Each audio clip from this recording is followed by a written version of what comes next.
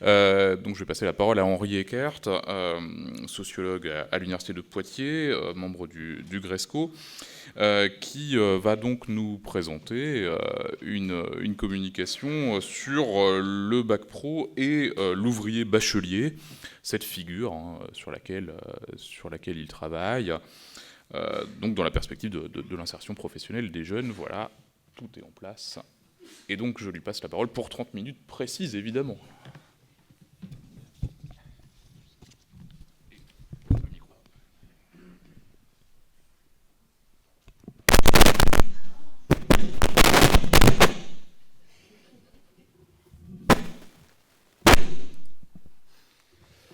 Bien, je vais donc vous parler du baccalauréat professionnel, enfin des ouvriers, des bacheliers ouvriers, comme je l'indique là sur le titre du PowerPoint, comment on est, enfin, du bachelier ouvrier à l'ouvrier bachelier.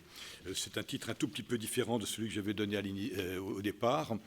J'espère que cette formulation, qui n'est peut-être pas tout à fait évidente à la première lecture, sera plus claire par la suite. Si vous voulez, l'idée que j'ai derrière la tête, c'est que le bachelier ouvrier n'est pas simplement un bachelier qui est devenu ouvrier, mais que l'ouvrier bachelier, c'est quelque chose d'autre, ou plus exactement, c'est un autre ouvrier que celui qui était titulaire d'un CAP ou d'un BEP. Et c'est pour ça que je vais, avant de parler moi-même, placer en quelque sorte le propos que je vais vous tenir sous le signe de Pierre Naville, quoi, une des figures marquantes de la sociologie du travail en France. Pierre Naville, qui est dans un ouvrage ancien portant, Pierre Naville est décédé depuis un petit moment maintenant, et l'ouvrage auquel je me réfère date de 63, dans son titre c'est « Vers l'automatisme social, problème du travail et de l'automation ». Dans cet ouvrage, Pierre Naville écrit, page 81, ce qui est écrit là sur ma diapositive. Je le lis très rapidement. D'une façon générale, on pourrait dire que le rendement devient moins une grandeur différentielle par rapport à un minimum ou une moyenne de production, fonction du rythme de travail humain, que par rapport à un maximum programmé dans le cycle automatisé. Ce maximum théorique est une limite et l'effort des opérateurs est de l'atteindre d'aussi près que possible.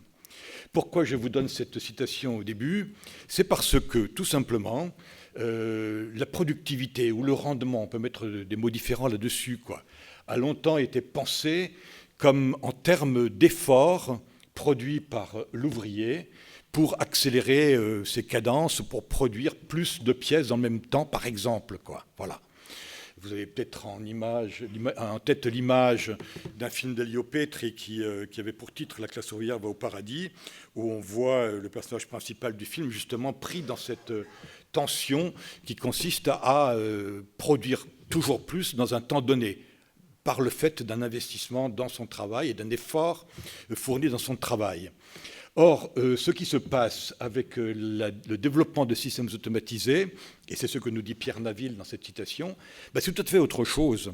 La productivité, le rendement ne se mesure plus par rapport à cet effort individuel pour produire plus, mais pour s'ajuster le mieux possible à la norme qui est fixée par le système technique. C'est-à-dire qu'il ne s'agit plus de faire plus que son voisin ou plus qu'on a fait la veille, mais de faire en sorte que la production s'ajuste à ce qui est déterminé à un niveau plus élevé par l'organisation du travail, par ceux qui gèrent, par la gestion du travail, par ceux qui organisent très largement le travail. Et vous verrez qu'on a à revenir à plusieurs reprises sur ce mot organisation, et que sur cette notion, ou ce mot en tout cas, et que par ailleurs, ce qui est dit dans cette citation-là renvoie très directement à ce qui se passe, ce que j'ai essayé d'indiquer dans le titre que j'ai donné à ma communication, à savoir que on avait peut-être affaire à l'ouvrier du système technique d'avant avec l'ouvrier titulaire du CAP, et qu'avec l'ouvrier titulaire d'un bac pro, on se rapproche de quelque chose qui a à voir avec cet ouvrier de l'automation. Automation à prendre dans un contexte très général. Alors, pour rentrer plus dans le détail et pas perdre de temps parce que c'est compté, J'ai ma petite horloge qui ne marche pas, là, alors n'hésitez pas à me dire si je suis par trop bavard, quoi. Alors, l'exposé que je vais vous faire va consister en un retour critique sur 3 points que j'avais abordés il y a une quinzaine d'années de cela, dans un article consacré au baccalauréat professionnel, dont le titre est « L'émergence d'un ouvrier bachelier, les bacs pro entre déclassement et recomposition de la catégorie des ouvriers qualifiés ». Je veux revenir sur les 3 points essentiels qui ont été développés dans ce papier, parce que il me semble nécessaire, et lorsque j'ai commencé à réfléchir sur la nécessité sur ce que je pourrais vous dire aujourd'hui, c'est imposer la nécessité de revenir sur ces 3 points-là. Je dis bien d'un point de vue critique, pour chacun de ces 3 points, pour voir en effet ce qu'il en est d'un côté de ces bacheliers qui deviennent ouvriers, d'autre part, s'arrêter un peu plus sur cette figure de l'ouvrier bachelier, et enfin poser la question du rapport au déclassement ou, puisque Philippe vient de l'évoquer à l'instant, au déclassement ou à la dévalorisation du titre de baccalauréat professionnel. Voilà.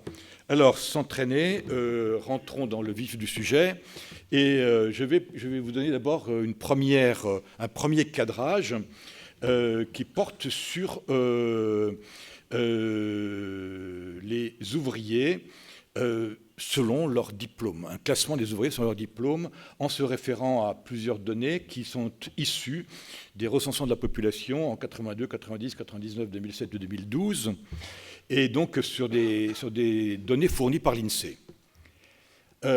J'ai été surpris par ces résultats-là, parce que dans le papier que j'évoquais, il m'avait paru que les changements, et notamment la part prise par les bacheliers dans l'univers ouvrier, seraient plus importants qu'ils ne l'est. En fait, non. On se rend compte que CAP et BEP, j'allais dire, les papis font de la résistance, c'est un peu ça, quoi. Je veux dire, les vieux diplômes, ces vieux diplômes de la qualification ouvrière, résistent bien. Et si on a assisté à une augmentation très forte du nombre de titulaires de CAP-BEP parmi les ouvriers entre 82 et fin des années 90, on voit que ça se tasse un peu par la suite, quoi. Par contre, on assiste malgré tout à une augmentation progressive du nombre de bacheliers parmi les ouvriers, et notamment... si on va vite, on passe quand même, ça double entre 90 et 99, entre 99 et 2007, et ça continue d'augmenter en 2012, quoi. Voilà, on arrive à peu près un ouvrier sur 7 titulaire d'un baccalauréat, quoi. Alors,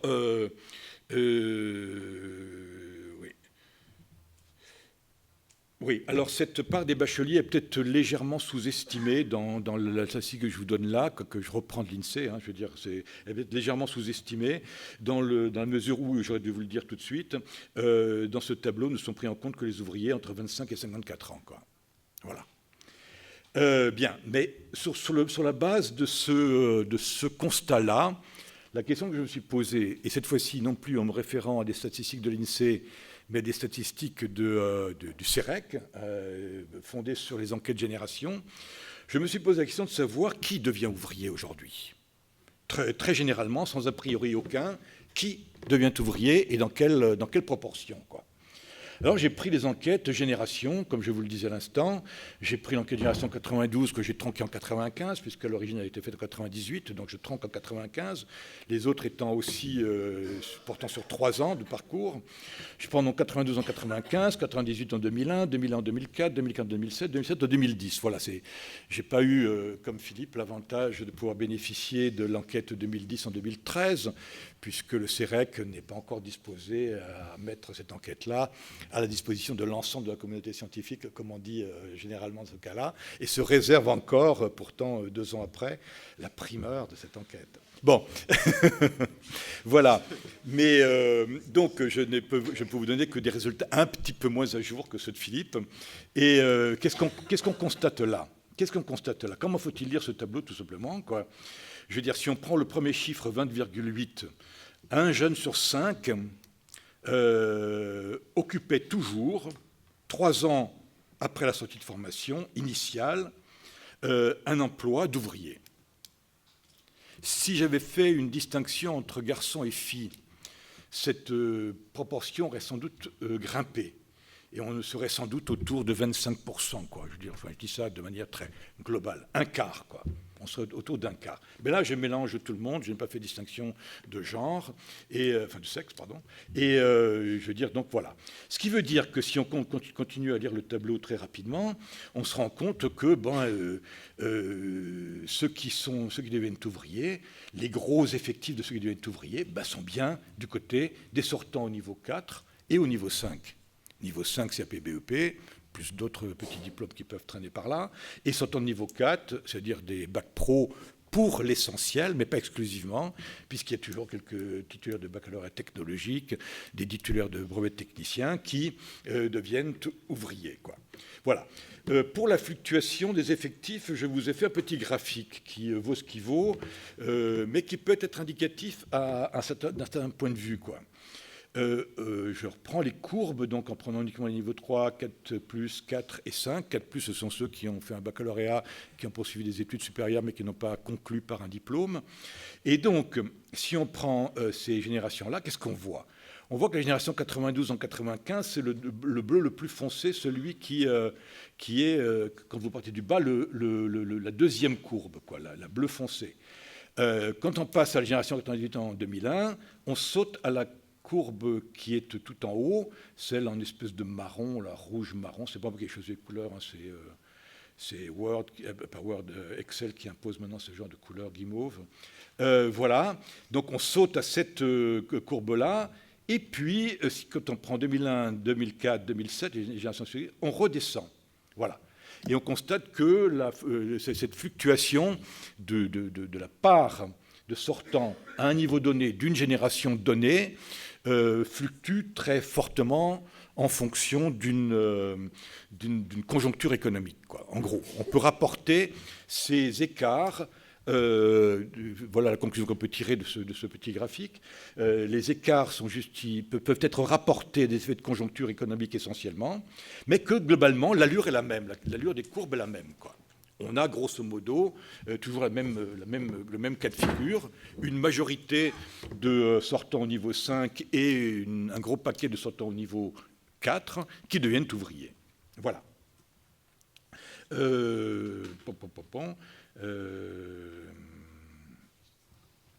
Ouais, pour après 2012, parce que ce sera la première génération de Bac Pro 3 ans, comment les choses vont jouer à ce niveau-là, il faudra le voir donc à ce moment-là, lorsqu'on pourra jeter un coup d'œil dans l'enquête génération qui en rendra compte, quoi. Voilà.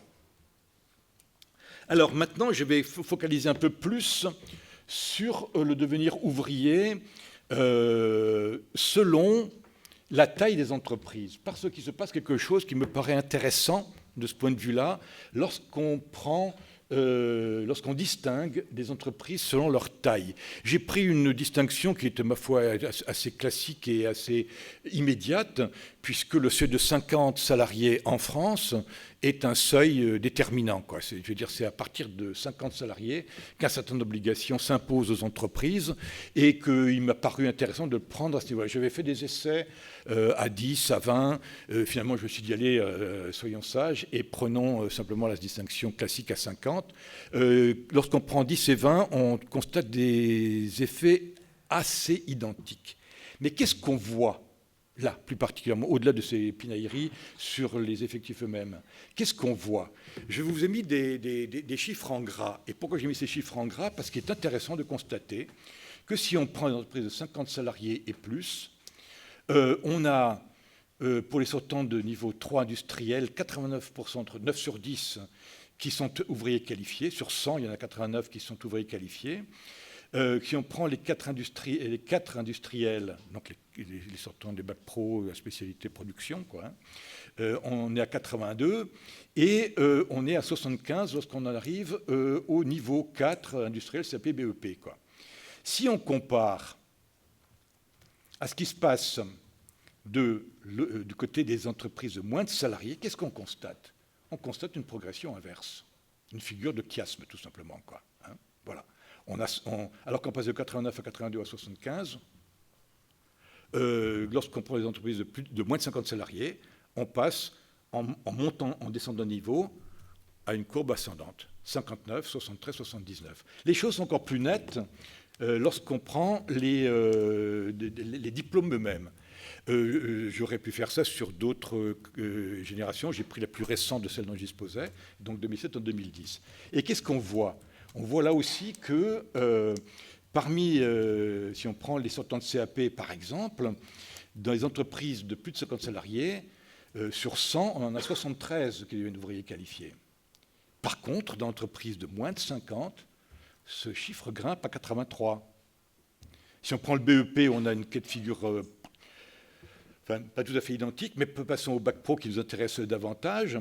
On voit que pour le bac pro, on a 88%, donc 9 sur 10, qui, dans l'entreprise de 50 salariés et plus, deviennent ouvriers qualifiés, contre seulement 3 sur 4 dans l'entreprise de moins de 50. Voilà. Et un processus, enfin un constat à peu près identique lorsqu'on prend les BTS. Je vous donne ces chiffres-là, ces proportions-là, en les rapportant maintenant aux effectifs réels. Et là, il y a des choses intéressantes également. Parce qu'on se rend compte, par exemple, que d'une part, les effectifs, sur les effectifs totaux, sur les... attendez, je m'y perds un peu dans les chiffres. C'est 34 932. On en a un tiers qui va dans l'entreprise de plus de 50 salariés, pour 2 tiers qui vont dans l'entreprise de moins de 50. Mais si on prend d'autres chiffres et d'autres repères, on se rend compte, par exemple, je ne vais pas me tromper, j'espère, si on prend les bacs pro, oui, c'est ça. On a plus 4015, vous prenez la colonne 50 salariés, les 50 salariés plus ouvriers qualifiés, on a 4015 individus qui sont devenus ouvriers qualifiés dans ces entreprises-là, contre 5700 dans l'entreprise 2050. On voit que les volumes se rapprochent malgré les écarts importants d'individus qui deviennent ouvriers qualifiés, ouvriers dans l'un ou l'autre type d'entreprise. Et pourquoi je dis des choses de cet ordre-là? C'est parce qu'on se rend compte que là, l'entreprise de moins de 50 salariés reste quand même très proche et recrute bien plus volontiers des titulaires de CAP BEP, alors que dans l'entreprise de plus de 50, s'est amorcé quelque chose d'autre, une espèce de préférence de l'entreprise de plus de 50 salariés pour le bac pro. C'est un premier indice par rapport à ce que j'évoquais tout à l'heure, c'est que le CAP et l'entreprise de moins de 50 salariés, il y a une proximité liée à des modes de production et d'organisation relativement traditionnels, alors que dans l'entreprise de plus de 50 salariés, où se sont développés des modes de production un peu plus automatisés, dirons-nous comme ça pour aller vite, ou en tout cas on est plus près d'un process et de quelque chose qui fluidifie, comme dirait Vatin, la production, on est beaucoup plus du côté de ce diplôme-là qu'on appelle le baccalauréat professionnel. Alors, si on prend maintenant ces évolutions-là et qu'on les met en rapport avec ce qui se passe sur le marché du travail, on se rend compte que, là encore, toujours ces petites couleurs un peu pastel dont raffole désormais Excel, qu'est-ce qu'on constate? On constate que la montée en puissance du bac pro, là en bleu clair, qui croise l'évolution des bacs techno qui baissent. Et si on met ça en rapport avec le BEP, sachant que maintenant, depuis 2009 et 2012, avec la rénovation ou la... Oh là là là là, j'en suis qu'au tiers. Bon, je vais aller vite. Donc, vous avez compris ce qui se passe. C'est haut les beaux jours pour le bac pro, voilà, on peut s'attendre à un recul plus conséquent du CAP et BEP et de beaux jours à venir pour le bac pro par 5 côtés. Très vite, donc voilà sur ce point, le bac pro est encore loin d'avoir supplanté le CAP dans le recrutement des ouvriers, notamment dans les petites entreprises. Les grandes entreprises manifestent une tendance plus nette à recruter les titulaires de bac pro sur des emplois d'ouvriers et surtout témoignent d'une meilleure reconnaissance de la formation acquise par les bacs pro, les reconnaissent plus volontiers comme ouvriers qualifiés. Hein. Et cette question, est-ce que le bac pro, celui des spécialités de production, quoi, hein, ne pourrait pas être considéré avant tout comme un diplôme industriel, au sens pas artisanal, pour aller vite. On est passé du CAP diplôme artisanal au bac pro diplôme industriel. Voilà. Maintenant, je vais aller vite parce que je suis obligé d'aller vite, sinon je ne pourrais pas vous dire l'essentiel de ce que j'ai à dire. Enfin, les 2 autres tiers de l'essentiel. Dans cet article toujours de 99, j'avais évoqué l'hypothèse selon laquelle, au-delà de l'élargissement de ses compétences techniques ou de communication, est plus essentiellement attendue du nouvel ouvrier qualifié de l'industrie l'intégration, sinon l'intériorisation de la contrainte industrielle elle-même. Et j'avais évoqué cette chose-là sur la base d'une analyse notamment des écarts entre certains CAP, BEP et certains bacs pro, notamment dans le domaine de la productique mécanique. J'avais, sur la base donc, de ces comparaisons-là, évoqué la possibilité, repris une suggestion qui était faite par Catherine Perrard, rendons à Catherine ce qui était Catherine, cette idée d'une culture industrielle. C'est que le plus, le supplément qui est donné aux bacheliers professionnels par rapport aux titulaires d'un CAP BEP, ce n'est pas tant, je dis ce n'est pas tant, ça veut dire qu'il y a un plus en termes techniques, mais ce n'est pas tant ce petit plus en termes de compétences techniques qui compte, mais c'est beaucoup plus quelque chose qui a à voir avec une culture industrielle. Catherine Perrard, je vais quand même vous lire ça très rapidement, disait, c'est comme ça en tout cas que je le disais dans l'article en question, Catherine Perrard proposait de distinguer connaissances techniques et connaissances industrielles pour 3 raisons. La variabilité des conditions de la production, les contraintes de coût et le rapport au temps. La mise en œuvre du processus de production est en effet soumise aux aléas de la variabilité des produits à fabriquer, des matériaux utilisés, de l'usure des dispositifs techniques, notamment. La prise en compte des coûts des matériaux et des moyens techniques de production engendre des comportements qui excèdent la seule dimension technique. Enfin, la nécessité de réduire les temps de réalisation au plus juste, mais le souci de l'efficacité de la combinaison productive au centre de l'activité de production. Or, ce sont bien là les différentes contraintes qui déterminent les possibilités d'optimisation de la production, tâche qui marque le plus nettement l'écart de compétences attendues entre titulaires d'un baccalauréat professionnel ou d'un CAP-BEP. C'est-à-dire que cette culture technique qui est acquise, qui est transmise par la formation en bac pro, ça vise précisément ça. Ça vise cette capacité pour des individus à optimiser des processus de production. Pourquoi ? Pour se rapprocher le plus possible de ce maximum gestionnaire fixé dans l'atelier automatisé ou dans les productions fluidifiées de type juste à temps. Voilà. Alors, donc ne faut-il pas faire un pas de plus maintenant pour étayer cette hypothèse de l'inscription d'une culture industrielle dans un discours, cette fois-ci, managérial, gestionnaire managérial. Alors je vais aller un peu vite, excusez-moi, mais vous verrez je ne sais pas si ce qui est dans le rectangle blanc est vraiment lisible, mais il y a une chose qui m'a frappé dans les programmes de ces nouveaux baccalauréats professionnels en 3 ans depuis 2009. C'est l'introduction de c'est la redéfinition de ce cours, de cet enseignement d'économie et gestion. C'est un enseignement d'économie et de gestion qui est commun à toutes les filières du baccalauréat professionnel qui visent la production industrielle, donc. Et ça court sur 3 années. Ce n'est pas très important en termes de volume horaire, mais ça court sur les 3 années.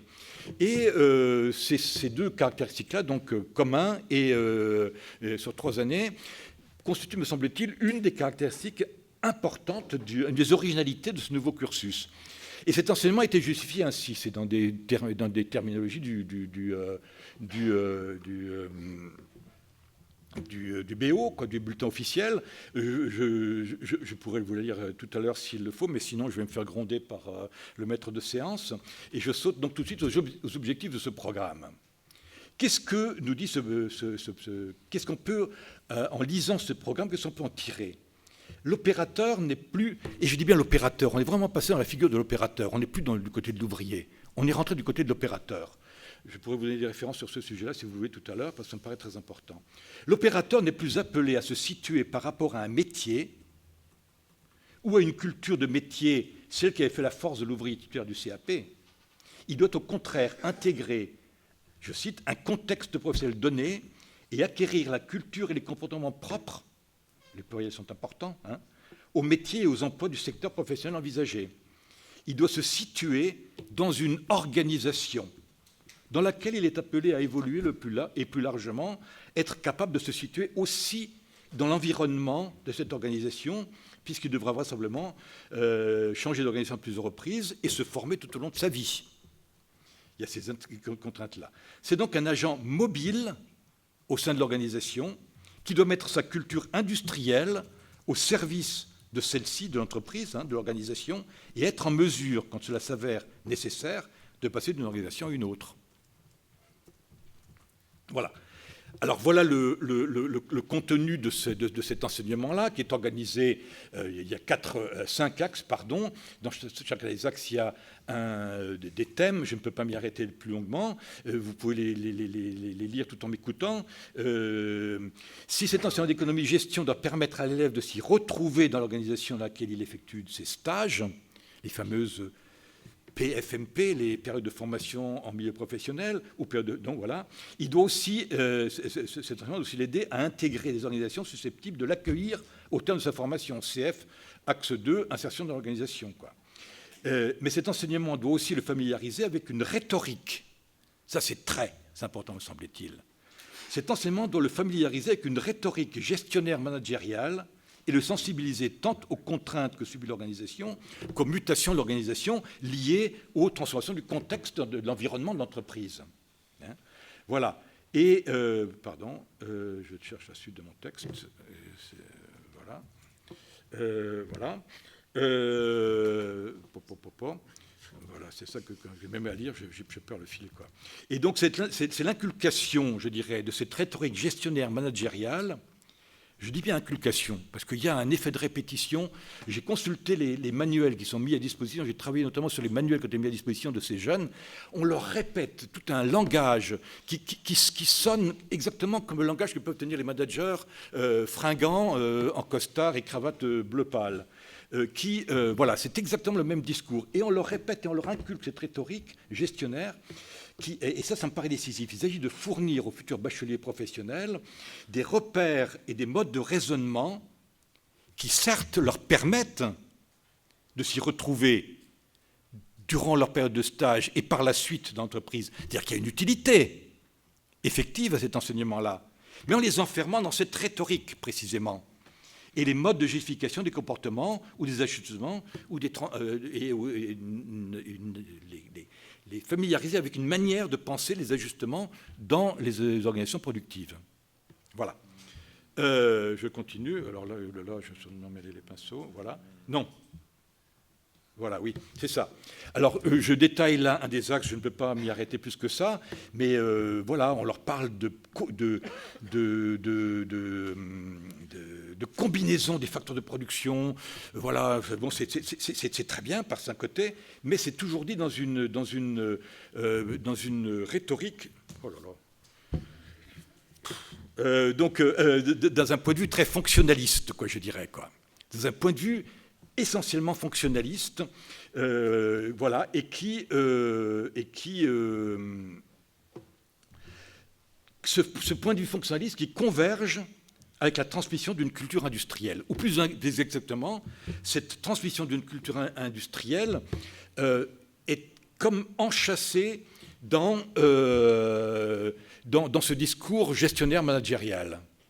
Voilà, j'ai vite à la conclusion de ce deuxième point. La culture industrielle, en tant que son acquisition caractérise le cursus du bac pro, apparaît donc comme enchâssée dans un discours gestionnaire managérial, voire dans une idéologie managériale entrepreneuriale.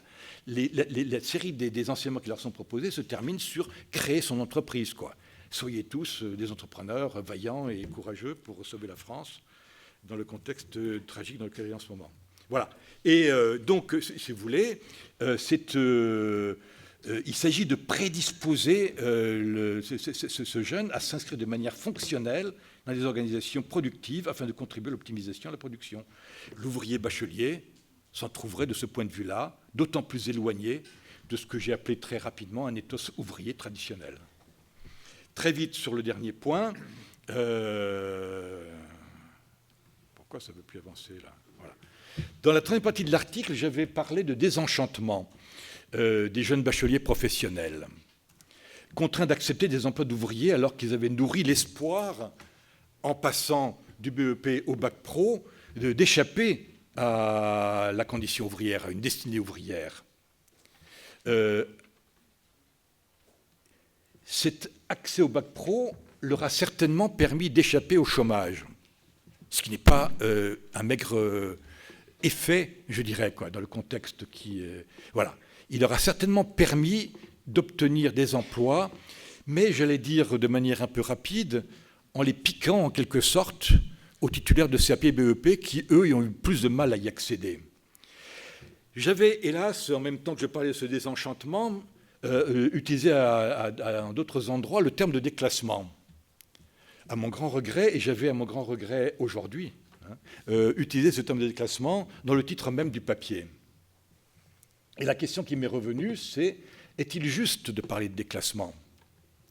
Et n'aurait-il pas été plus juste de parler plutôt, ce que suggérait aussi, en tout cas Philippe employait le terme tout à l'heure, de dévalorisation des titres? Alors, pour aller très vite, je vais vous dire ça simplement comme ça, un bachelier professionnel issu d'un milieu ouvrier qui accède à un emploi intermédiaire connaît sans doute une mobilité sociale ascendante.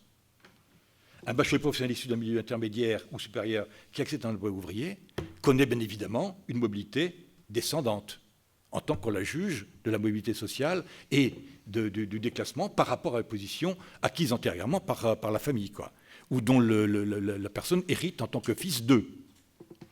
Mais qu'en est-il lorsque le cas le plus fréquent, ce sont des jeunes issus de milieu ouvrier qui deviennent eux-mêmes ouvriers, quoi? Alors on pourrait dire qu'il n'y a pas de mouvement particulier. Bon, oui. Alors je ne sais pas si j'ai le temps de vous commenter longuement ce tableau, parce que là je vais carrément me faire flinguer, quoi. Demande-le à nous. Alors je vais aller très vite à la conclusion, quoi, en disant que le bac pro, dans ce qu'il a été et dans ce qu'il est encore en train enfin, ce qu'il y a encore et ce qu'il sera encore peut-être pendant un moment, fournit un cas d'école intéressant, quoi. Au moment de sa création, il a suscité l'espoir chez beaucoup de jeunes issus de milieux populaires engagés dans les filières industrielles d'échapper à un destin ouvrier. Cet espoir était étayé sur une culture ouvrière qui, si elle a porté haut la fierté ouvrière, n'en a pas moins entretenu le désir de sortir de ce monde ouvrier. Je cite une phrase que j'ai entendue 1000 fois dans ma jeunesse, mais que beaucoup d'autres, je le sais d'expérience, ont entendue: travailler à l'école pour ne pas être ouvrier comme moi. Et dans cette perspective-là, la déception de cet espoir, ou le fait de ne pas pouvoir réaliser cela, ben, c'est là que réside le désenchantement. Et par rapport à ça, ce désenchantement s'est peut-être estompé. C'est ce que suggère Séverine Misset dans un article qu'elle vient de publier dans Formation Emploi, quoi. Mais l'espoir se reporte sur les possibilités de carrière. Et de nombreuses enquêtes en attestent, quoi.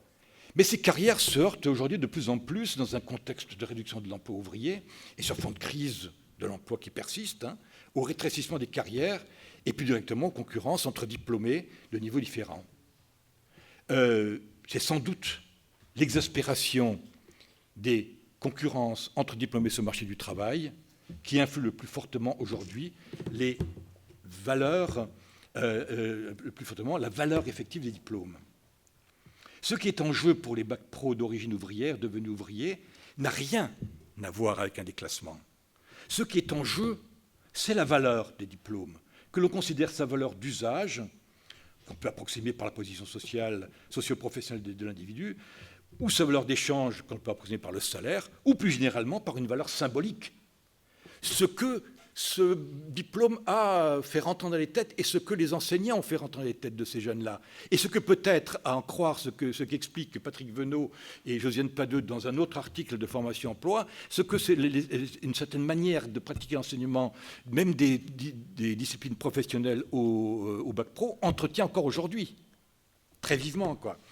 Ce qui est en jeu, c'est bien un désenchantement des bacheliers professionnels dès lors qu'ils occupent des emplois qui ne sont pas tout à fait ceux auxquels ils pensaient accéder. Et pour finir, excusez-moi, voilà, non, oh là là là là là là là là là là là, ça va pas du tout. Voilà, je vais retrouver ma conclusion. Voilà, c'est que si le bac pro conduit à des carrières ouvrières, ce qui est le cas aujourd'hui, le bac pro conduit très majoritairement à des carrières ouvrières. Pas à ces carrières de techniciens dont on rêvait certains. Et même si certains deviennent techniciens d'atelier au bout d'un certain temps, ce n'est pas pour autant qu'ils accèdent à ce qu'on désigne habituellement par la figure du technicien, quoi. Ce n'est jamais qu'une prolongation des grilles hiérarchiques indiciaires des ouvriers, quoi, hein. Donc, si le bac pro conduit à des carrières ouvrières, la figure de l'ouvrier bachelier ne s'en distingue pas moins de celle qui s'estompe, à savoir celle de l'ouvrier titulaire d'un CAP. Et je n'ai pas le temps de commenter plus, mais je vous lis le dernier paragraphe. L'ouvrier bachelier n'est pas simplement un bachelier devenu ouvrier. Il renvoie à une figure nouvelle, détachée de la culture ouvrière dont il n'hérite plus vraiment. Et là, je fais une référence à Stéphane Beau qui parlait de meurtre du père ouvrier, hein, dans un article de 1996. Donc, dont il hérite plutôt, tandis vrai qu'au meurtre du père ouvrier s'ajoute aujourd'hui le formatage d'un ouvrier qui, s'il répond sans doute aux exigences révélées en son temps par Pierre Naville dans la citation que je vous ai donnée au début, hein, doit devenir le collaborateur attendu du management actuel de l'entreprise. Et j'assume toutes les connotations du terme collaborateur. Voilà.